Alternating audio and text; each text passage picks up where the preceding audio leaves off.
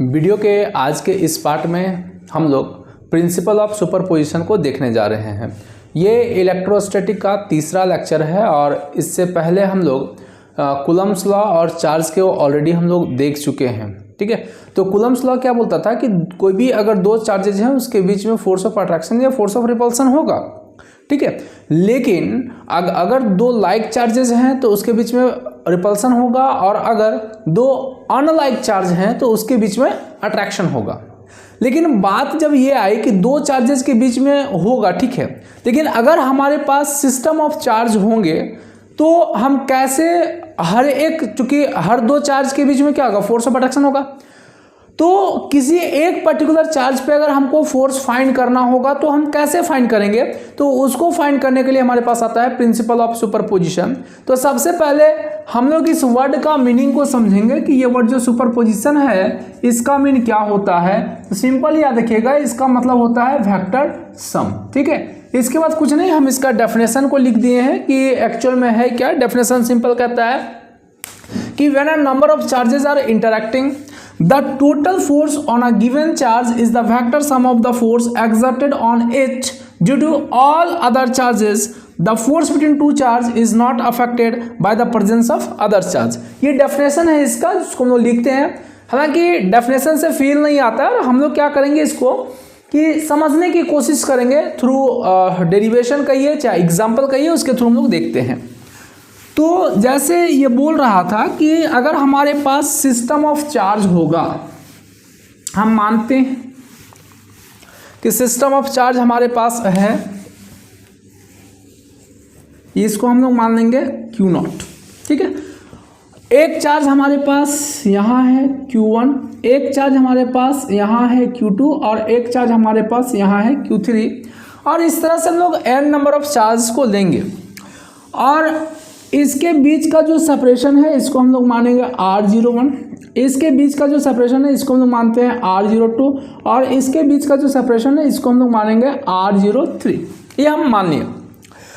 अब कहता ये है कि इस चार्ज और इस चार्ज मतलब Q1, Q2 और Q3 के कारण ये Q0 कितना फोर्स एक्सर्ट करेगा या ये कितना फोर्स एक्सपीरियंस करेगा। अगर हम बात करें तो हम ऐसा मान लेते हैं कि Q0 का जो नेचर है वो पॉजिटिव है और Q1 भी पॉजिटिव है, तो दोनों के बीच में क्या होगा, रिपल्सन होगा, ये इधर रिपेल करेगा। हम क्या कर रहे हैं कि Q2 को भी पॉजिटिव मान लेते हैं, तो ये क्या करेगा, इसके कारण से इधर रिपेल करेगा। Q3 को भी अगर हम पॉजिटिव माने तो ये क्या करेगा, इधर रिपेल करेगा। तो एक्चुअल में अब अगर हम लोग देखें, इसको हम F1 मान लें, इसको F2 मान लें, इसको F3 मान लें, तो इस तरह से अगर हमारे पास यहाँ मान लीजिए कि Qn चार्ज है और इसके बीच का जो सेपरेशन है ये हमारा R0n है, तो इसके कारण कहीं Fn हमारा इस डायरेक्शन में एक्ट करेगा। अब बात ये है कि इसके कारण ये Q0 टोटल फोर्स कितना एक्सर्ट करेगा। याद रखिएगा, यहाँ इसके बीच में फोर्स ऑफ अट्रैक्शन होगा, रिपल्सन होगा अगर सेम नेचर है तो हमको ये फाइंड करना है कि ये Q0 पे कितना फोर्स एक्ट करेगा। F1 करेगा, F2 करेगा, F3 करेगा, इस तरह से Fn फोर्स एक्ट करेंगे, है ना। तो इसका डायरेक्शन क्या होगा, तो ऑब्वियस सी बात है, जो फोर्स लार्जर होगा, जो फोर्स बड़ा होगा, जो डायरेक्शन होगा वो उसी के अकॉर्डिंग होगा। आइए सबसे पहले हम लोग फाइंड करेंगे तो लिखेंगे कि F0 जो होगा हमारा या F नेट अगर हम बोले तो F नेट जो होगा वो वेक्टर सम होगा किसका F01 plus F02 plus F03 plus dot dot हम लोग चलेंगे F0n तक। ठीक, थोड़ा वैल्यू पुट करेंगे तो F नेट इक्वल्स टू हो जाएगा, F01 को लिखेंगे K Q0 Q1 by distance R01 का स्क्वायर प्लस ये हमारा मैग्नीट्यूड है। अगर डायरेक्शन देंगे तो यहाँ हम लोग लगाएंगे यूनिट वेक्टर। F02 को लिखेंगे K Q0 Q2 by R02 का स्क्वायर R02 प्लस इसी तरह से 3 के लिए लिखेंगे प्लस, इसीलिए हम लोग n का डायरेक्ट लिखते हैं K Q0 Qn by R0n का स्क्वायर और यूनिट वेक्टर R0n। तो हम लोग इस तरह से इसको क्या कर सकते हैं, फाइंड कर सकते हैं, वेक्टर एडिशन है। और आगे बढ़ाइए तो क्या होगा, हम कॉमन लेंगे तो क्या कॉमन आ रहा है मेरे पास, के क्यू नॉट कॉमन आ रहा है। क्या हो जाएगा यहाँ Q1 बाय R01 का square vector R01 plus Q2 by R02 का square vector R02 plus dot dot dot plus Qn by R0n का स्क्वायर और यूनिट वेक्टर R0n। और अगर लिखना है तो क्या करेंगे, इसको और भी हम लोग सिंप्लीफाई कर सकते हैं। ये चूंकि ये समेशन है तो सम लगा देंगे हम लोग। सम या तो यहाँ भी छोड़ेंगे तो कोई दिक्कत नहीं है, इतना भी हम लोग छोड़ सकते हैं, या तो इसको और भी अगर सिंप्लीफाई आपको करना है तो हम लोग क्या करेंगे कि समेशन का टर्म को यूटिलाइज कर देंगे, हमारा काम हो जाएगा। ठीक है, जैसे एफ नेट इक्वल्स टू करेंगे के क्यू नॉट सम लगाइए, आई इक्वल्स टू हम लोग लगाएंगे कहाँ से कहाँ तक, तो 1 है, 1 से लगा देंगे n तक, हो जाएगा QI बाई R0I और यूनिट वेक्टर R0I। इस तरह से हम लोग इसको लिख सकते हैं। ठीक है, प्रिंसिपल ऑफ सुपरपोजिशन का सिंपल मतलब याद रखिएगा कि वेक्टर सम है। इसका मेन फील आएगा जब हम लोग इसका क्वेश्चन करेंगे, क्योंकि प्रिंसिपल ऑफ सुपरपोजिशन को डिफाइन करना बहुत कम पूछता है, इस पे बेस्ड क्वेश्चन पूछता है। तो हम लोग मूव कर रहे हैं क्वेश्चन की ओर। ठीक है, क्वेश्चन हम पूरा लिखेंगे भी और उसके बाद उसको सॉल्व भी करेंगे।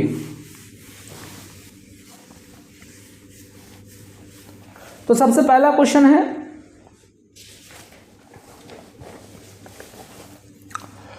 An infinite number of, question पहले लिखेंगे पूरा, an infinite number of charges each equal to 4 microcoulomb are placed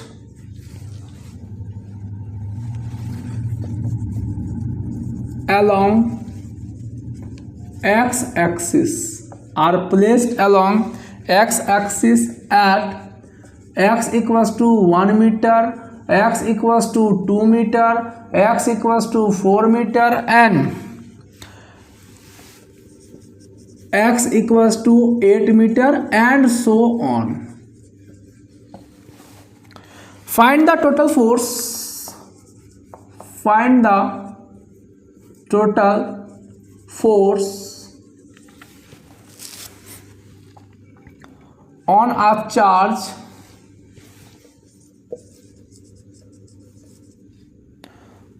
of 1 coulomb placed at origin।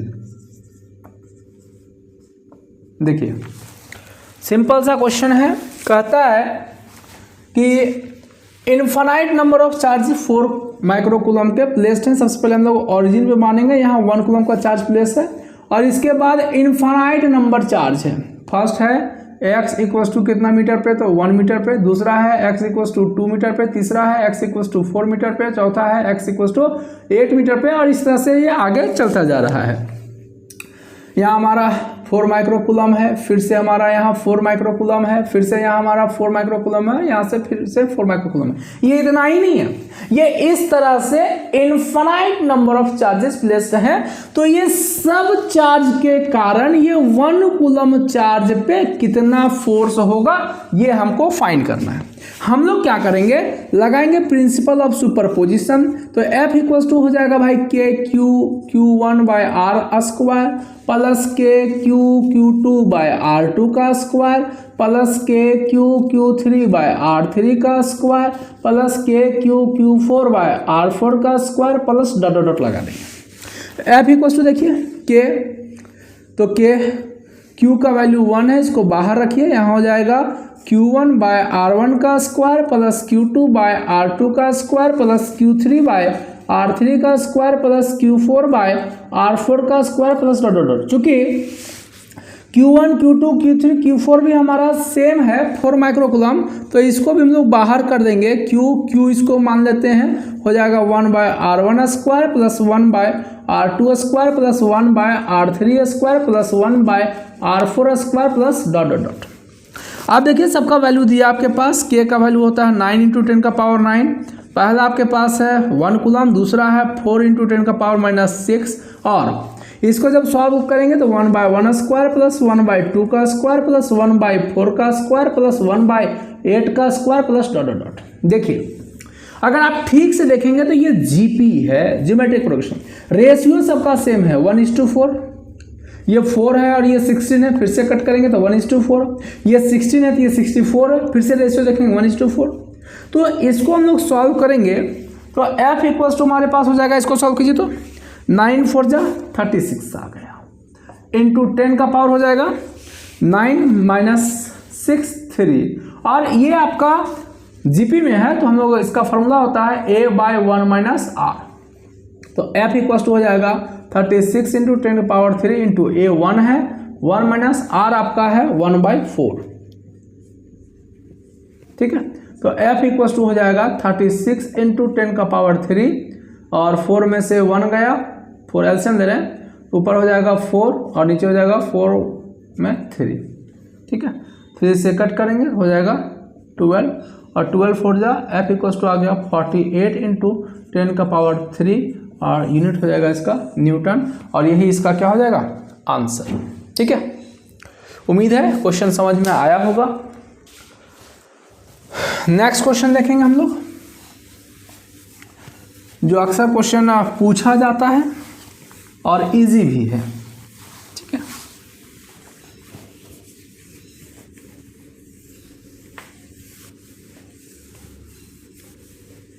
Next question है कि 3 equal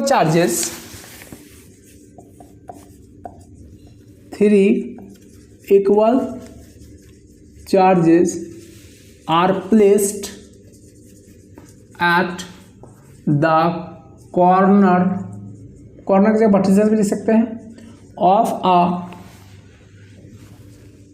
equilateral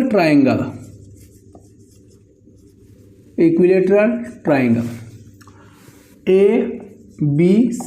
find the force experienced by the charge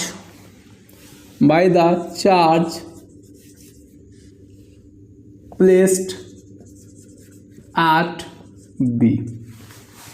ठीक है, क्या question बोल रहा है? वो क्वेश्चन बोल रहा है कि 3 इक्वल चार्जेस हैं, ये हमारा इक्विलेटरल ट्रायंगल है। इक्विलेटरल ट्रायंगल का मीन हो गया कि all sides are equal and all angles are equal and equal to 60 degree. यहाँ भी चार्ज Q है, यहाँ भी चार्ज Q है, यहाँ भी चार्ज Q है। हम मानते हैं कि इसका जो लेंथ है वो A है, तो ये भी हमारा क्या हो जाएगा A और ये भी क्या हो जाएगा A। आपसे बोल रहा है कि ये जो चार्ज हमारा B पर प्लेस्ड है इस पे कितना फोर्स एक्ट होगा। तीनों इक्वल चार्ज है, तीनों का नेचर भी सेम है, तीनों पॉजिटिव हम एज्यूम किए हुए हैं। तो आपसे ये पूछ रहा है कि ये कितना फोर्स एक्सपीरियंस करेगा। तो सबसे पहले हम लोग क्या करेंगे, देखिए ये कितना एक्सपीरियंस करेगा, तो 2 है, इसके कारण करेगा और इसके कारण करेगा। तो ये चार्ज पॉजिटिव, ये भी पॉजिटिव, ये इसको क्या करेगा रिपेल करेगा इस डायरेक्शन में, ये हमारा जाएगा FAB। दूसरा ये भी चार्ज इसको क्या करेगा रिपेल करेगा, ये जाएगा इस डायरेक्शन में FAC। अब 2 फोर्स है अलग अलग डायरेक्शन में, आपको पता है इक्विलेटरल ट्रायंगल, तो ये 60 डिग्री, तो ये भी कितना हो जाएगा 60 डिग्री। अब 2 फोर्स आपके पास है, दोनों के बीच का एंगल 60 डिग्री है, तो हम लोग इसका रिजल्टेंट को फाइंड कर सकते हैं। सबसे पहले जब हम लोग सॉल्यूशन में जाएंगे तो FAC का वैल्यू निकालते हैं। FAC हो जाएगा Q1 Q2/R², तो Q1 भी Q, Q2 भी Q और R के जगह A², यानी कि फोर्स में आ रहा है KQ²/A²। FAB निकालिए, ये भी शायद इतना ही होगा KQQ/A² यानी कि KQ²/A²। अब देखिए आपके पास एफ ए बी और एफ ए सी का मैग्नीट्यूड सेम आ रहा है, इसको हम लोग इक्वल टू एफ मान लेते हैं। अब दो फोर्स है, दोनों के बीच का एंगल 60 डिग्री, इसका रिजल्टेंट फाइंड करना है। तो रिजल्टेंट का फॉर्मूला आपको वेक्टर पढ़े हैं, होता है रूट अंडर F1 का स्क्वायर प्लस F2 का square plus 2F1 F2 cos theta. Solve करेंगे, चूंकि दोनों ही इक्वल है तो हो जाएगा F square plus 2FF cos 60 degree. आपको याद होगा एफ स्क्वायर हो गया 2F square plus 2F square cos 60 का वैल्यू 1/2, ये 2 कटेगा तो हो गया रूट अंडर 3F स्क्वायर, इसको हम लोग लिखेंगे रूट अंडर 3F, और आप चाहो तो रूट अंडर 3F का वैल्यू हमारे पास है KQ²/A², और यही इसका क्या हो जाएगा, आंसर हो जाएगा। ठीक है, नेक्स्ट क्वेश्चन भी कुछ इसी टाइप का है। जो क्वेश्चन है वो NCERT का, इसको मिटा रहे हैं। नेक्स्ट क्वेश्चन भी इसी टाइप का है और वो NCERT का है, और क्वेश्चन ये कह रहा है इस बार कि इक्विलेटरल ट्रायंगल पर ही चार्जेस प्लेस्ड है। जो चार्जेस हैं वो इक्विलेटरल ट्रायंगल पर ही प्लेस्ड हैं, लेकिन थोड़ा सा इसमें चेंज किया हुआ है। ये A है, ये B है, ये C है, यहाँ Q है, यहाँ पर -Q है और यहाँ Q है। कहता है find the force experience by each charge, यहाँ ईच हो जाएगा, ईच चार्ज, कि हर एक चार्ज कितना फोर्स एक्सपीरियंस करेगा। तो इसको हम लोग सॉल्व करेंगे 1 बाय 1। सबसे पहले हम लोग सॉल्व करते हैं फॉर ए के लिए, मतलब जो चार्ज हमारा ए पर प्लेस्ड है ये कितना फोर्स एक्सपीरियंस करेगा। तो देखिए है इक्विलेटरल ट्रायंगल, तो इस साइड को मान लीजिए ए, तो ये भी मानेंगे ए और ये भी क्या हो जाएगा ए। ठीक, अब क्या होगा, सबसे पहले हम लोग ए की बात करें कि ये ए कितना फोर्स एक्सपीरियंस करेगा। तो ये नेगेटिव चार्ज इस ए को क्या करेगा, अट्रैक्ट करेगा, और ये पॉजिटिव चार्ज इसको क्या करेगा, रिपेल करेगा। देखिए एंगल बन जाएगा 120 डिग्री। कितना बनेगा, 120 डिग्री। अगर हम लोग यहाँ पे बात करें एफ ए बी का, फॉर्मूला वही है कूलम्स लॉ, KQ1Q2/R², तो हो जाएगा KQ/A², तो हो जाएगा KQ²/A²। एफ ए बी हो गया, एफ ए सी देखेंगे तो ए सी भी वही आएगा KQ²/A², लेकिन दोनों के बीच का एंगल मेरा हो रहा है 120 डिग्री। हम लोग लगाएंगे F net equals to root under F1 square plus F2 square plus 2F1 F2 cos theta.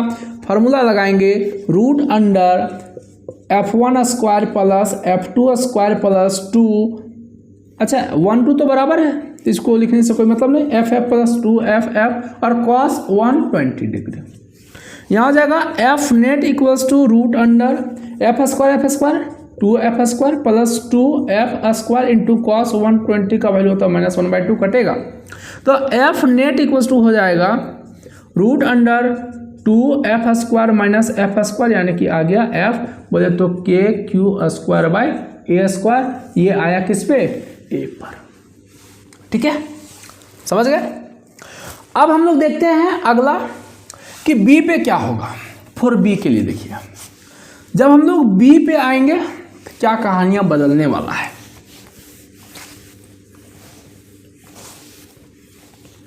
जब हम लोग B पे आएंगे तो क्या कहानी बदलेगा। B पर देखिए, इस पे ये एक्सपीरियंस करेगा, तो ये वाला पॉजिटिव चार्ज इसको इस डायरेक्शन में अट्रैक्ट करेगा और ये पॉजिटिव चार्ज इसको इस डायरेक्शन में अट्रैक्ट करेगा। दोनों के बीच का एंगल बनेगा 60 डिग्री, है ना। फिर से वही काम करेंगे हम लोग, एफ नेट इक्वल्स टू, चूंकि फोर्स बराबर लगना है, जितना फोर्स ये लगाएगा उतना ही फोर्स ये लगाएगा, क्योंकि चार्ज का भी वैल्यू सेम है और डिस्टेंस जो है वो भी सेम है। फिर से वही करेंगे, सिर्फ एंगल चेंज हो रहा है बाबू।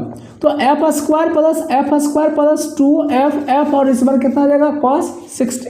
तो F नेट इक्वल्स टू हो जाएगा root under 2F square plus 2F square cos 60 का वैल्यू 1/2। तो F नेट इक्वल्स टू आ गया रूट अंडर 3f² यानी कि रूट अंडर 3f यानी कि रूट अंडर 3 और हो गया KQ² ठीक। अब हम लोग देखेंगे किसके लिए, C के लिए। किसके लिए देखेंगे, C के लिए।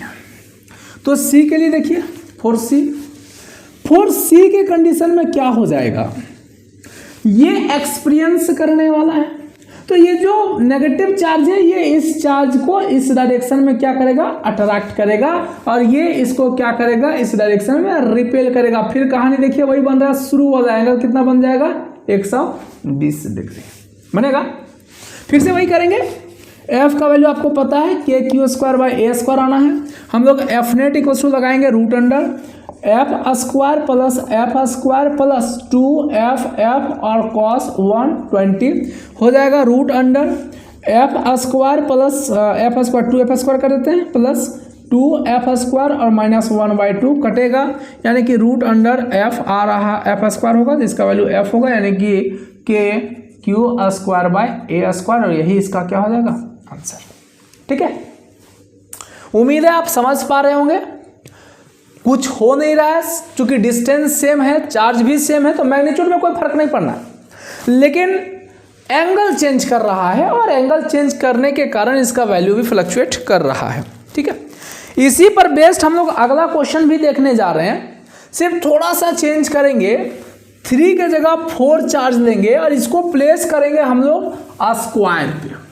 अभी हम लोग इक्विलेटरल ट्रायंगल ले रहे थे और नेक्स्ट क्वेश्चन में हम लोग करेंगे इसको स्क्वायर पे प्लेस करेंगे, तो क्या होगा देखते हैं 1 बाय 1। क्वेश्चन है कि 4 इक्वल